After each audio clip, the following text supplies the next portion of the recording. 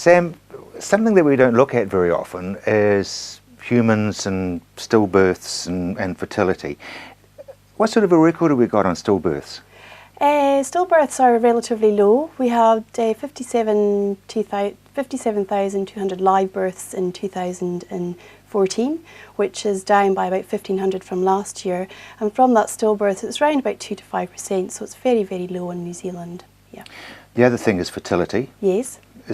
Do we have a good fertility rate? We do have a good fertility rate. Probably too big for some people. Yeah, that's right. But we are having less children with, how life is now. It's not conducive to having 5, 6, 14 children, as some of my both my grandparents did. So we, on average, are 1.92 children per fertile female, compared to Australia, which is about 2.1. So we're slightly down on Australian stats.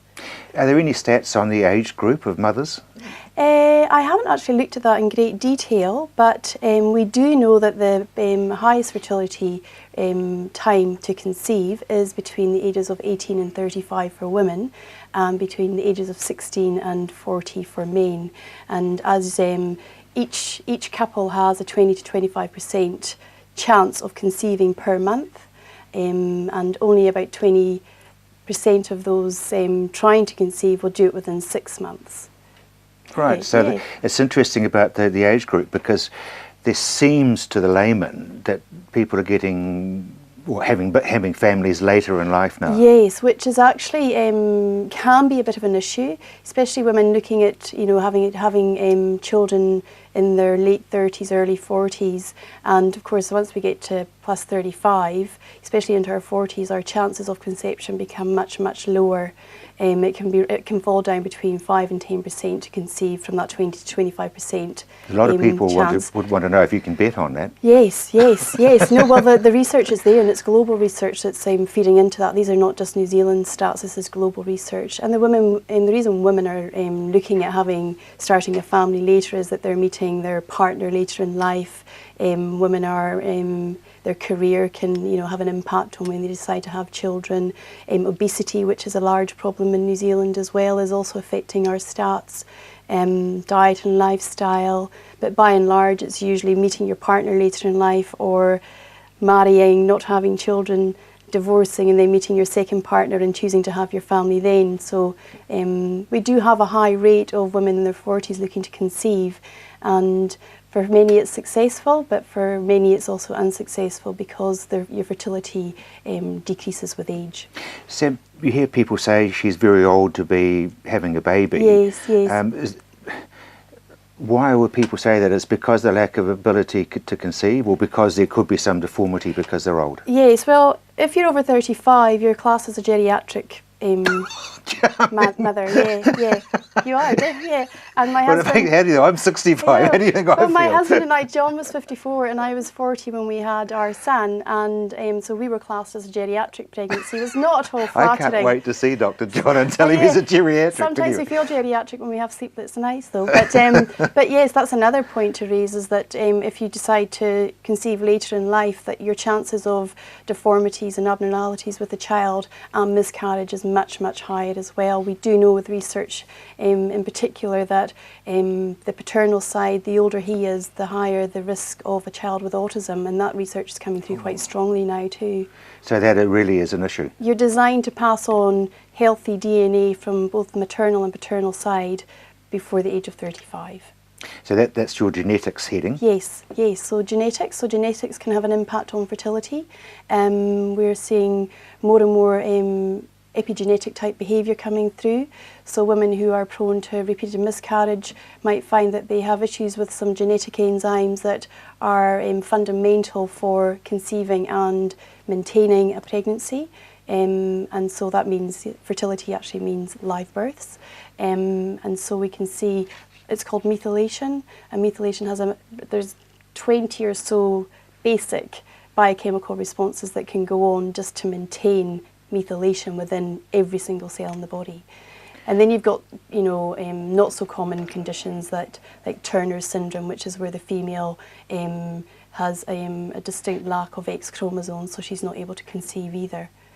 Because people will say that, you know, cancers in the family, Yes. or heart conditions in the Yes. family. That's hereditary. That's genetic. Yes, that's hereditary. That can be genetic, yes, as well. Yeah, definitely. Celiac disease is something to look at. That's genetic. That's huge now. Yeah, and if you think about a female, we'll just labour on the female for now. But if you think about the female who has malabsorption problems because she has celiac disease, she's going to be deficient in nutrients, and if she's deficient in particular nutrients, the body's innate intelligence won't conceive because it will have a detrimental effect on the fetus.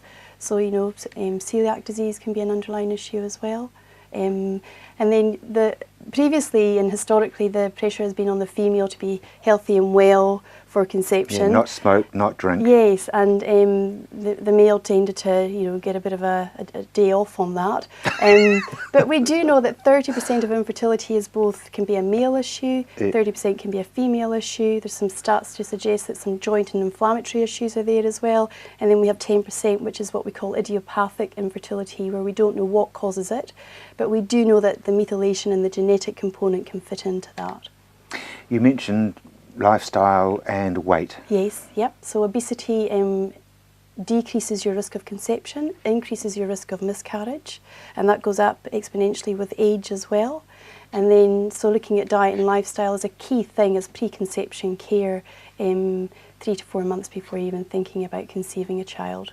Because you're a nutritionalist as well. God, Yes. I got that word out, isn't that good? Herbal and nutritional medicine, yeah, that's exactly. what I do, yes. So it's very, very important to get that right food going in, like Yes. lots of omega-3, no doubt, and all that sort of thing. Yes, so getting the omegas in, vitamin D, there's a lot of research around vitamin D in fertility and reducing miscarriage rates. That's fundamental. We're all slip-slopping with our sunscreen to prevent cancers, but there is research there. We've got quite a low rate of vitamin D in New Zealand, so checking your vitamin D levels, which is just a straightforward blood test, looking at your folates, including your folic acids and your folinic acids, vitamin C, which is essential for healthy egg function, healthy sperm function, as is zinc. And if there are some issues, there's lots of things that can be done to be solution focused. You can look at the health of both the potential mother and the father.